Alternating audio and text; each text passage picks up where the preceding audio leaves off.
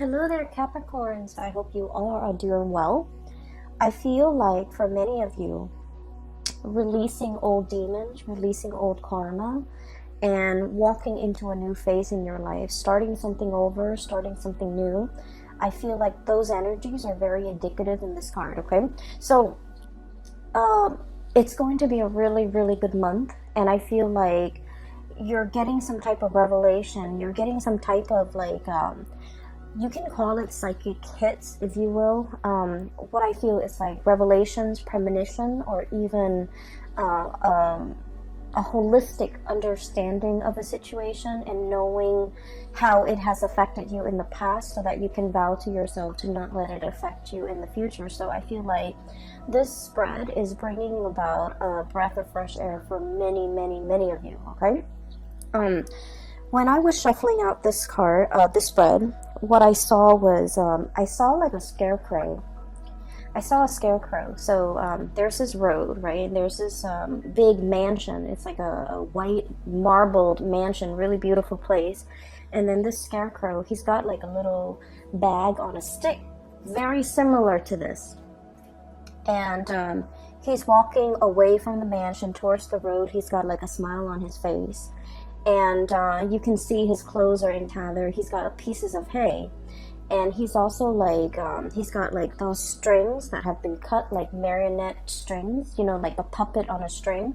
But they've been cut, which allows him to kind of move away from the mansion where he's been sequestering himself, or he was either forced to work for somebody under somebody else's mandates.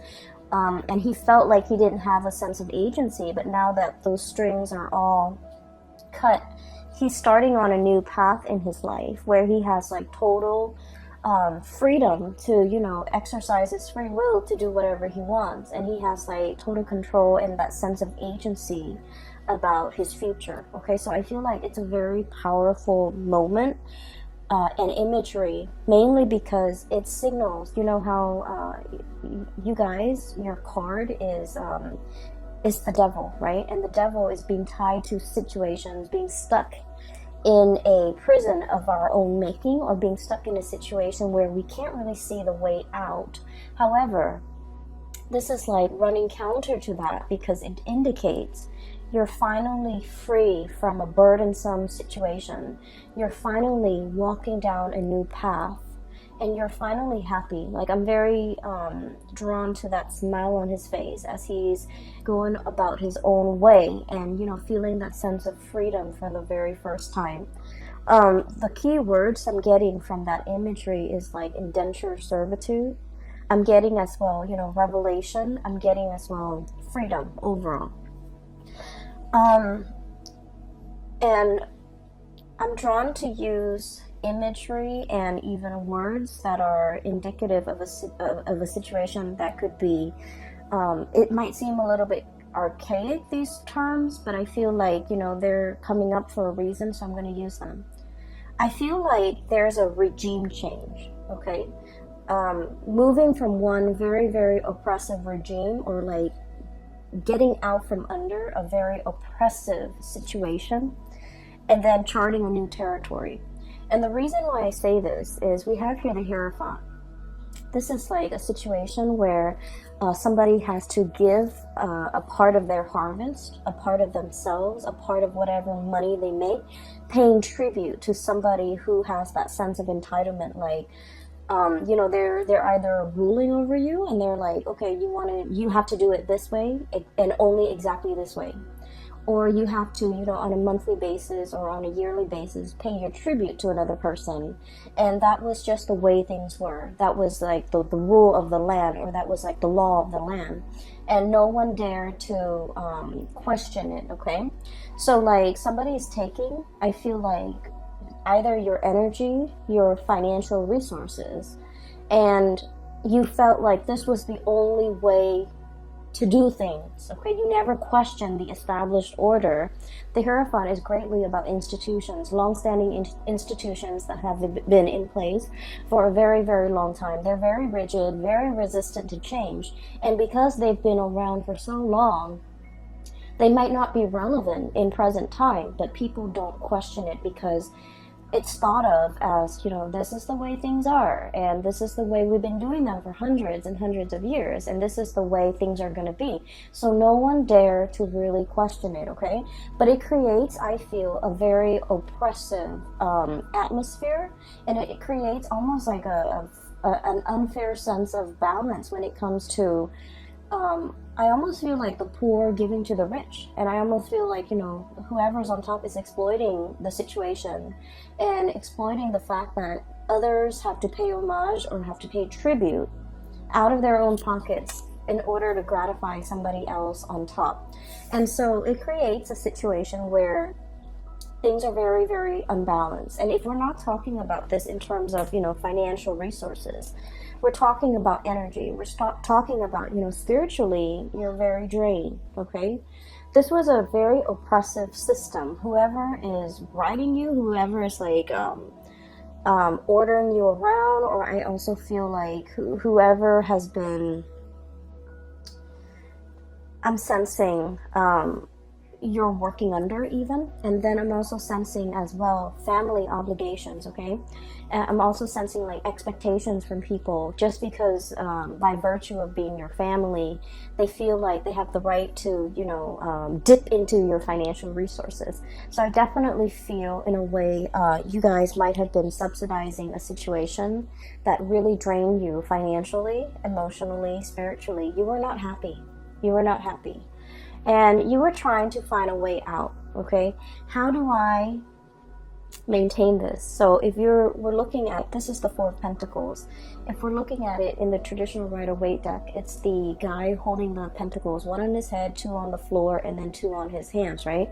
He's grasping and trying to protect everything that is his. And he's looking at this mountain, and he's like, I want to get on top of that mountain, but at the same time, I want to carry all of these resources with me. I want to carry all of these things that matter to me with me. How do I do that without, how do I successfully do that? Because if you look at all of that overgrowth, right, and if you're trekking through the forest trying to get to the mountaintop, you're going to need your hands and your feet to be free so that you can pull yourself up if you happen to fall, so that you can grasp at branches and trees to kind of like help you hoist yourself up to that top of the mountain. And you're not able to do that because you're holding on to earthly things. And I feel like this is a situation you've been pondering for quite some time. I want to get on top of the mountain, and what is really holding me back? What is really preventing me from making that move? What is really, stopping me from taking that first step? So you've been thinking about this for a long while, trying to trek to the mountain, but you're not really making any strides. And I feel like what's preventing you, or what's really hindering your path, was this. This is the Nine of Swords, okay? This is sleepless nights.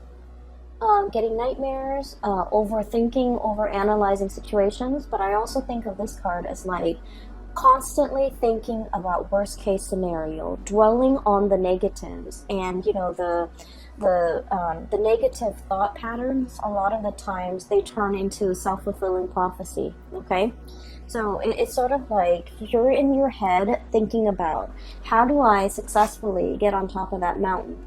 And rather than thinking about and focusing on logically, step 1, I need to do this. Step 2, I need to do that. And step 3, I need to, formulate some type of plan. And I feel like for many of you, this process, this is like a lot of thoughts, okay? Each sword stands for like a mental thought. And I feel like for many of you, you've been mired in this situation where your demons are getting the best of you. You're thinking about problems rather than separating. Each problem exists in its own little bubble. But rather than thinking, some of these problems are outside of my control, some of them are not, and the ones that are not outside of my control, I really should focus on that. I feel like you're conflating, or you're mixing and mixing all these problems together, and they become this really embedded, right? This sense of embeddedness, all stuck together, all causing you a lot of anxiety, all seem very, very daunting. It's like, how do I get to the top of the mountain when I'm only at the base? And so as soon as you feel inspired, you're like, I'm gonna do it today. Something happens to hold you back. And a lot of it is these, self-limiting thoughts and beliefs and thought patterns. And I feel like you are making mountains out of molehills. You're making a situation a lot more daunting than it has to be, mainly because you're not looking at problems in isolation. And what I mean by that is, let's say, first of all, you have a big plan that you want to get off the ground, right? The first thing that people logically that we should do is think about how much overhead costs or how much cost, is associated with this. So that means you might need to do some preliminary research to figure out what your budget is and how much this project is going to cost, okay? And then you're going to go out and kind of crowdsource, brainstorm from other people and figure out, hearing from experts or getting advice, to get a price range of how much this is going to cost, who I should talk to get this off the ground. So each of those steps need to exist in isolation. And I feel like you're jumping the gun. You want to get to the top, but you're not thinking about each of the steps that are necessary in order to get there. So I feel for some of you, there's a situation here that it seems like it's running ahead of you, and it's like the longer you wait, the further and further and further away it is from you. It's almost like you're losing your grasp. You can't really get it back. You can't really draw it back into your orbit because it's distancing itself, okay? So I also feel like for some of you, this is a person, okay, who might be distancing themselves. And I also feel like there's a lot of guilt associated with the relationship between you and this person. For some of you, it could be a family relationship. For others, it could be like a love type of a relationship. And I feel like it's escaping your grasp.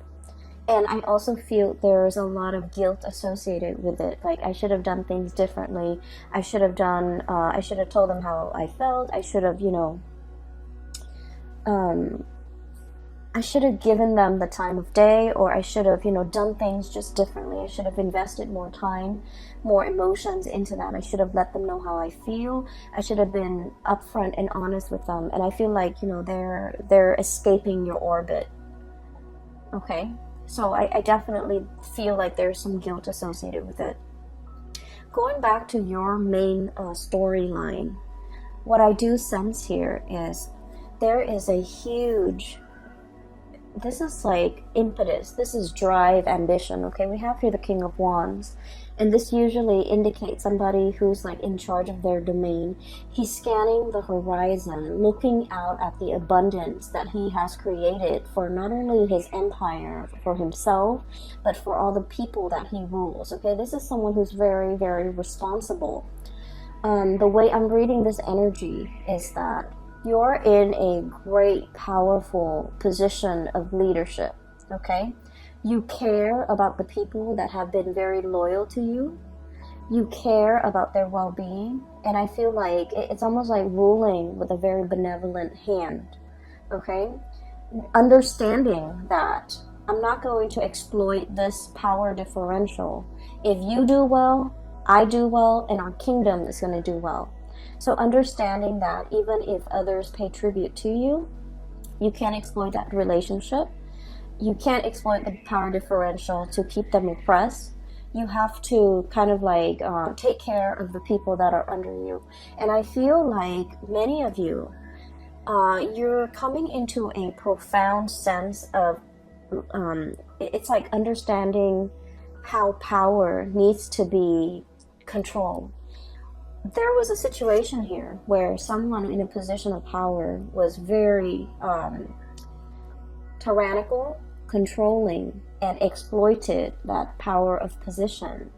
And we're shifting away from that into a new way of doing, like a paradigm shift, where someone in a position of power is very benevolent, okay? They can be hard if they want to, because the King of Wands is very much authoritative, okay? But this person is also very paternal. They take care of people. They're very loyal to their subjects, and because of that, they garner a lot of respect and trust from their subjects. They're seen as someone who is not afraid to get their hands dirty if push comes to shove. And they're seen as someone who, is constantly very vigilant, sees all, resolves problems, and really, really care about the well-being of other people. So I feel like you're understanding how power is to be used rather than abused. You're understanding as well that, taking care of the people that matter to you, or the people that have been very, very loyal to you, treasuring, valuing, and being available to those people means a lot more to you now. And what's on top of this card here is the Six of Pentacles.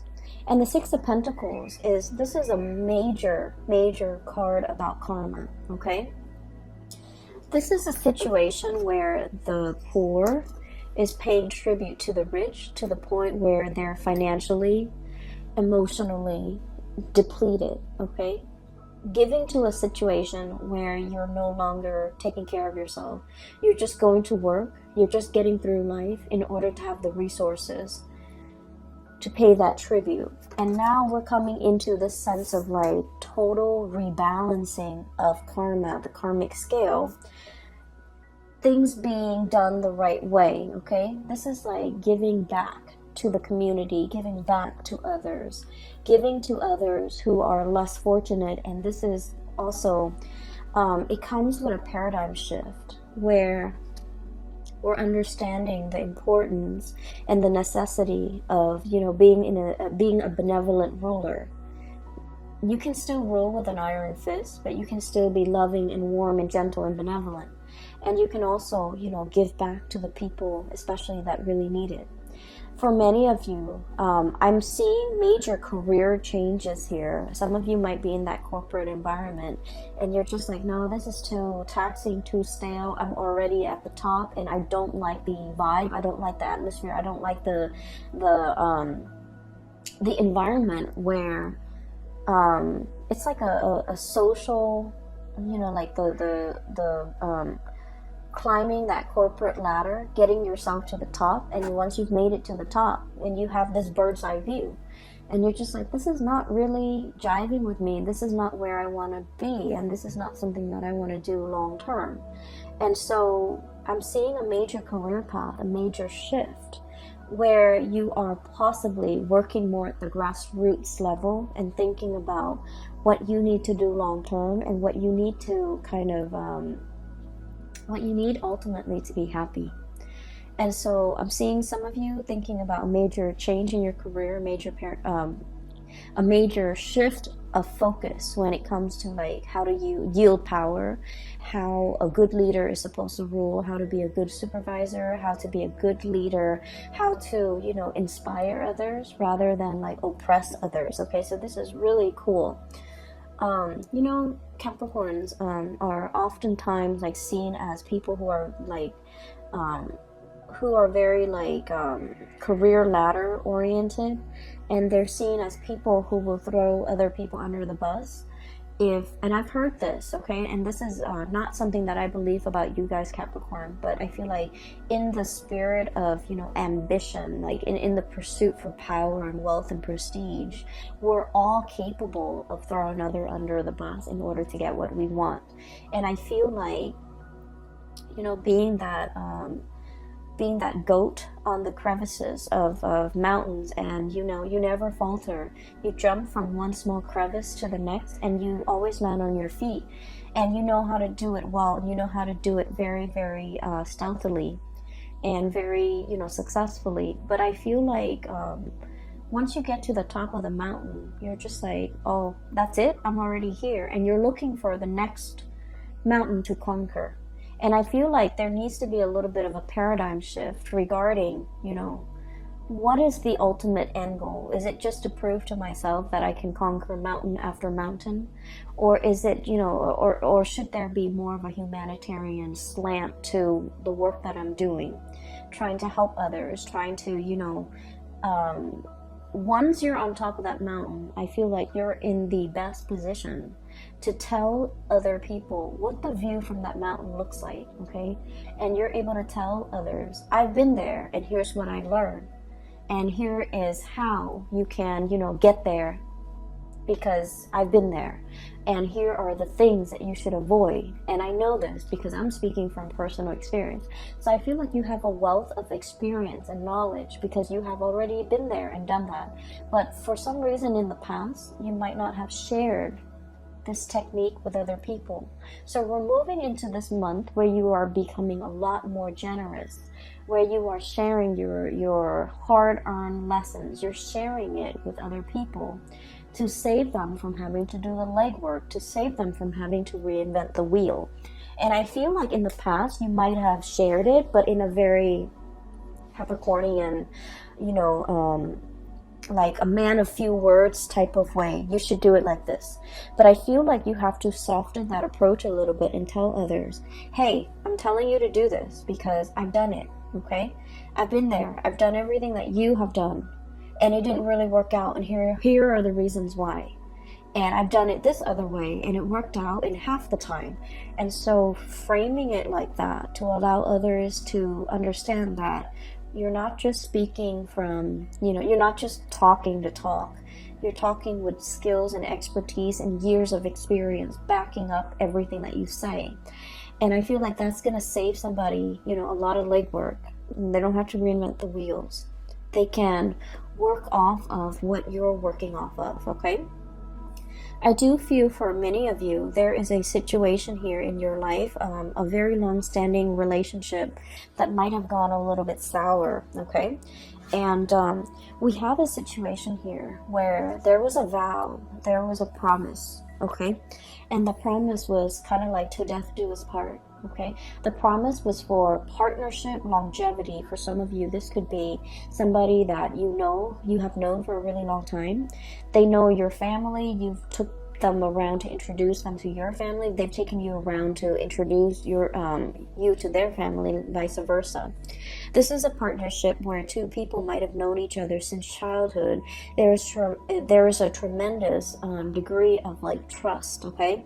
You know this person inside and out, and you trust this person wholeheartedly. They likewise know you inside and out. And then I also feel like there's a immense sense of like trust, love, respect, and the whole 9 yards, like that whole ball of it's like all the reasons that you have for caring about this person, for trusting them, everything is so like embedded, okay? Like the shared experience, the shared ambition, the shared dreams. Like the two of you feel almost as if you have been through so much together. There might have been a recent breach in trust. There might have been a situation where I feel, Capricorn, somebody is either living with a lot of guilt. It could be you, it could be them, over something that was done, okay? And I feel like it's sort of like, there are so many reasons why the other person trusts you and you trust the other person. But at the same time, one unexpected move, one action that is done out of character can really make you or the other person distrust the future, the viability, and the continuity of this friendship, this business relationship, or this relationship. So I feel almost like there was something that was done in poor taste, in poor judgment, and it left like a bitter taste in somebody's mouth, okay? And things can never go back to the way they were. It's like everything that was said was said. You can't take back words. It's like, the water from the chalice, from the cups, have been spilled, and the other person might be the one walking away, and they're just like, I don't want to fix it, it's already spilled. I'm not going to go downstream 2 miles away to refill those cups. I'm not going to trek up the mountain to the clearest spring to fill up those goblets, okay? So I feel like there was a situation where it can be fixed, but somebody, you or the other person, is like, I wash my hands of this. I'm not putting any more time in it, and I feel like it's leaving the other party very, very, very sad, very upset.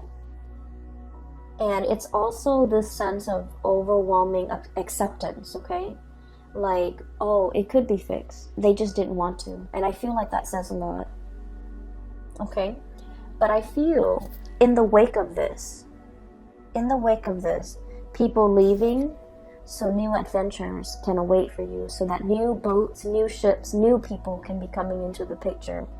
And so while this has happened, and it's not something that you want to happen, because you guys are very, very, I almost feel like you're scorpionic in the way that you value relationships, especially relationships with people that you have known your whole life, okay? You are a clinger as well to friends, lovers, past relationships where you really, really know the other person, okay? That sense of like being comfortable with the familiar, okay?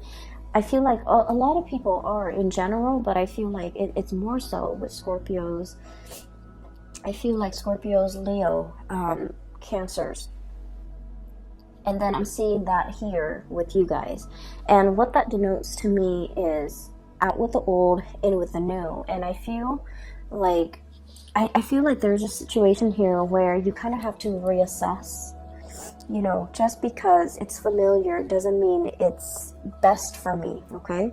Because there are whole lands to conquer. There are whole territories and new areas that I can, you know, explore.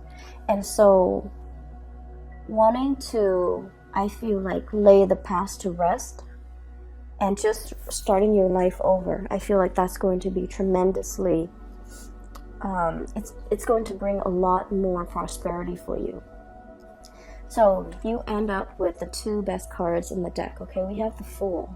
And the Fool, this is the imagery that came up earlier, and it basically denotes, you know, no longer being tied to something, no longer being bound in a situation that's not good for us, and embarking on a new journey towards something new. And I feel for many of you, I'm seeing that white marbled mansion, and the marionette or the scarecrow is walking away from it.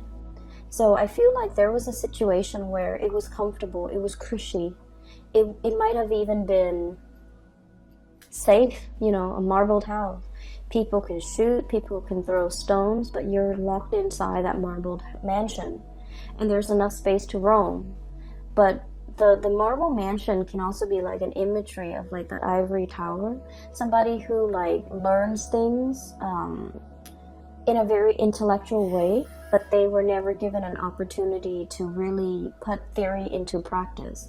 And I feel like you're finally breaking free from that ivory tower or that ivory marble mansion.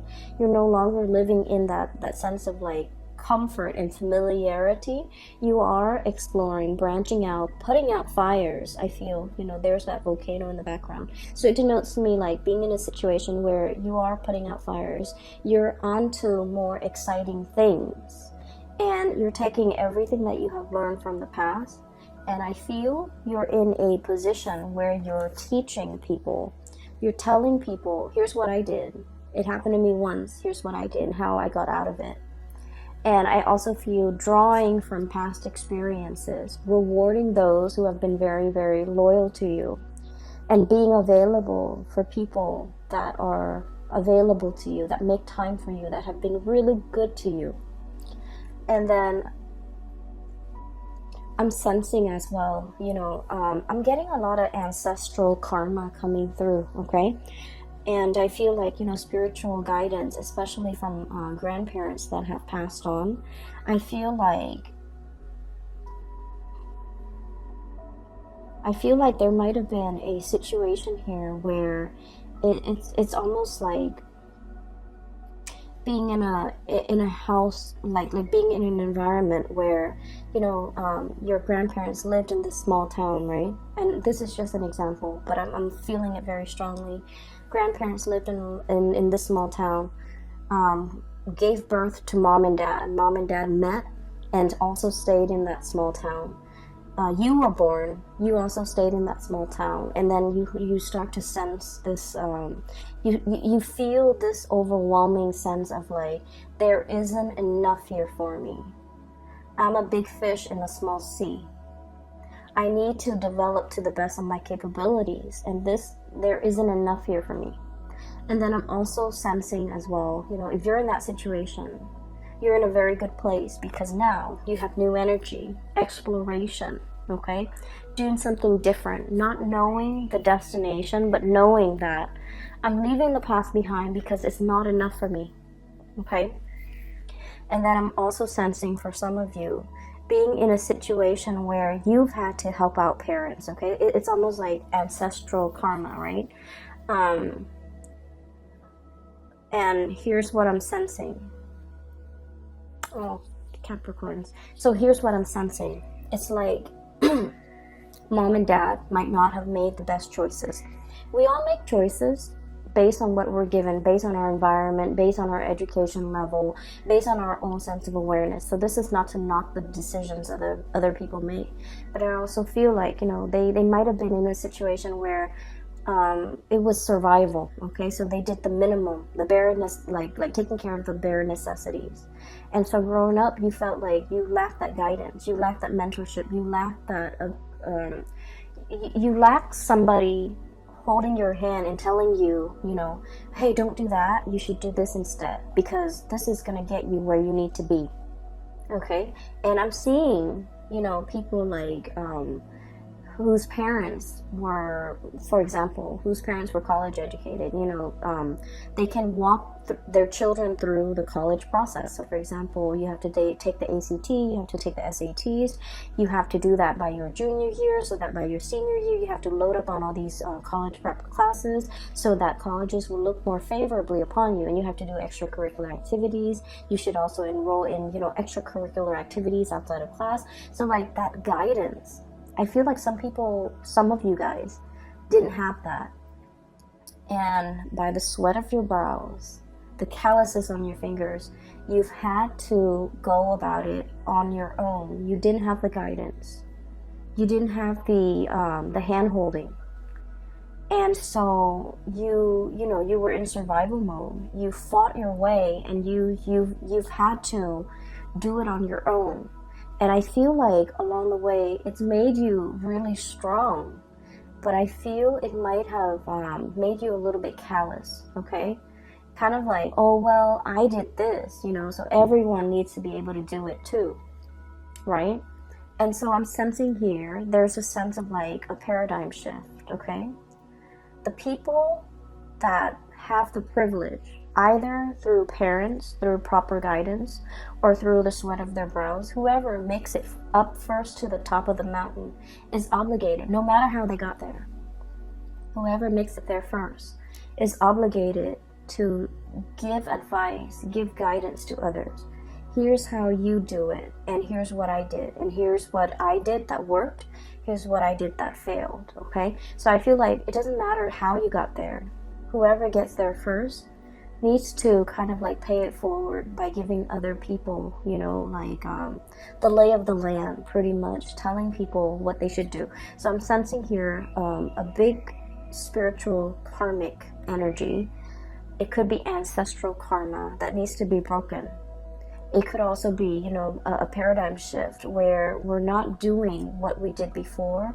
We're opting for a new path, a new way of doing. Because what we did before, it worked for us, but it also made us a little bit calloused. And we don't want that, okay? And then I'm also sensing we have this tremendous sense of like breath of fresh air, his hair is blowing in the wind. He's a leader. There's a whole caravan of people following his lead because they trust him. And so you're thrust in this position where you're going to be exalted. You're in a position where people trust you, they value your, and he's leading them. He's leading the whole, Oregon Trail, whatever you call it. He's leading the whole exodus into this new land, right? But look at the way he's dressed. He's not like a king, he's not a ruler, he's not a tyrant, he's not like an emperor. He's dressed like the regular layperson. And there's a sense of humility associated with it, okay? It's like being one with the people in order for them to accept you. And you know, this is not about proving anything to anybody. This is just like living a very, very humble life, knowing your roots, knowing where you come from, knowing the struggles of other people so that you can adequately lead them in the right direction. So I feel like there's a shepherd energy about you guys for this month of October. And I feel that you are going to be tremendously successful for many of you who are changing a career path, who are going in a different direction. I feel for many of you, there was a situation where I feel like there's like social or family expectations.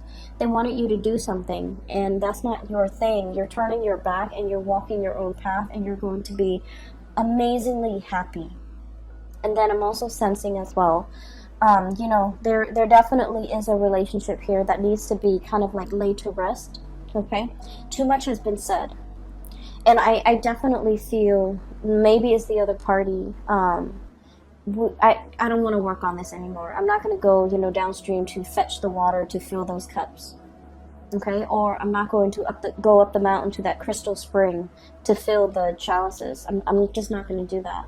And so everyone has their own free will, and we can't really, you know, infringe upon other people's free will. If that's their decision, if they've already made it clear, I feel like you have to kind of like live in the moment and just realize that in the past they made these promises, but now they're reneging on the promises, and you just have to kind of like accept it at face value.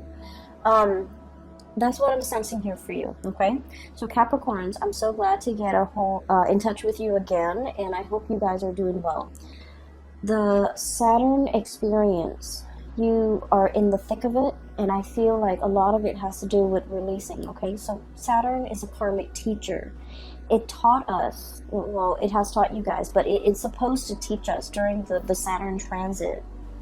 It's supposed to teach us areas that we need to grow in, areas that we need to mature in. And it's also like a situation where responsibilities seem like they're piling on top of you, right?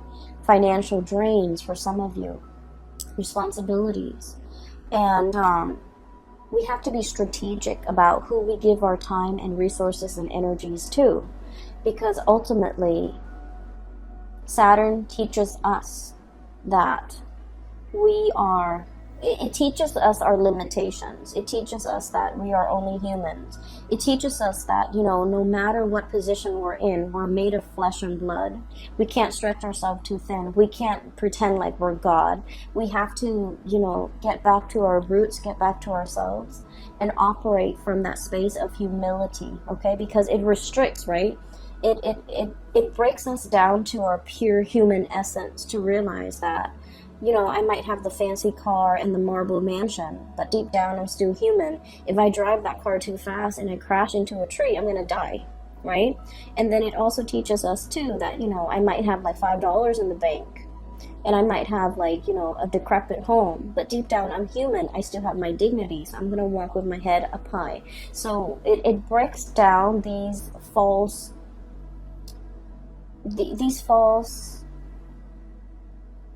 paradigms that we have, these false ideas that we have. They could be self-limiting ideas. They have like, they could even be like, you know, that sense of grandiose sense of self. But it breaks it down so that you can figure out, you know, I'm here. How can I be of service to other people?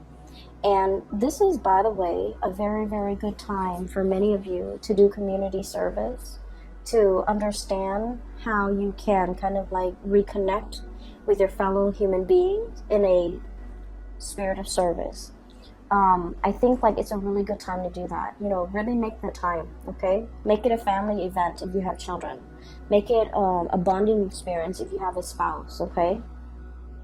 It's going to be good for you, and it's going to really heighten your sense of appreciation for what others have to go through, okay? So I just feel like, you know, community service is always a good way to give back. but it also allows you to take a peek into someone else's life, someone who might be really struggling, and to understand that, you know, it is our responsibility to do whatever we can to alleviate the difficulties and the suffering for another human being. And I feel like that's what's coming in here. It is about karma. It's about karma coming full circle, taking and then receiving, okay, being taken from and then having it come back to you. So not all is lost. This is a really powerful month, and so I want you to make the best of it, okay? So once again, I'm no longer giving private readings. If you are interested in a private reading, there is a colleague of mine. Her name is Bridget. I've included her information below if you'd like to book a reading with her. She is phenomenal, and I can't stress that enough. I wish you all the best, okay? And I'll talk to you guys soon. Take care of yourself and have a wonderful rest of September and October 2019. Bye-bye.